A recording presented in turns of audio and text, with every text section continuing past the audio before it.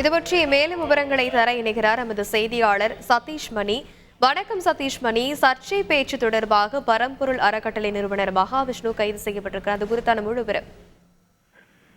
அரசு பள்ளியில பள்ளி மாணவிகளிடையே ஆன்மீகம் குறித்தான சர்ச்சை பேசியில ஈடுபட்ட மகாவிஷ்ணு அவர் ஏற்கனவே ஆஸ்திரேலியாவில சொற்பொழிக்காக சென்றிருந்ததாக கூறப்பட்டது. இந்த நிலையில இன்னைக்கு சென்னை ஏர்போர்ட்டுக்கு வந்த நிலையில் அவர் சைதாப்பேட்டை போலீசார் கைது செய்திருக்கிறார்கள். கைது செய்யப்பட்ட மகாவிஷ்ணுவை நேராக கிண்டி இணை ஆணையர் அலுவலகத்தில் வைத்து விசாரணை நடத்தப்பட்டு வருகிறது. ஏற்கனவே இவர் இந்த சர்ச்சை பேச்சு விவகாரம் தொடர்பாக இவரது யூடியூப் தொடர்பாக போலீசார் ஆய்வு மேற்கொண்டனர்.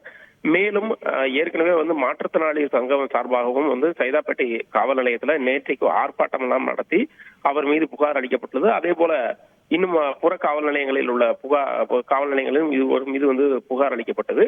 இந்த நிலையில சைதாப்பேட்டை உதவி ஆணையர் தலைமையில அவர் கைது செய்யப்பட்டு தற்போது அவரிடம் விசாரணை நடைபெற்றுக் கொண்டு வருகிறது. இவர் வேற ஏதும் மோசடியில் ஈடுபட்டிருக்கிறாரா அல்லது வேற ஏதும்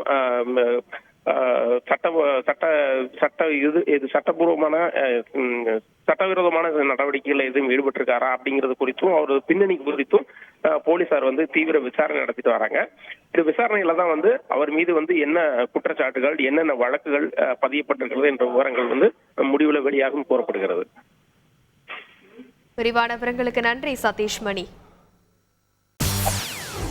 செய்திகளை உடனுக்குடன் தெரிந்து கொள்ள உடனே சப்ஸ்கிரைப் பண்ணுங்க.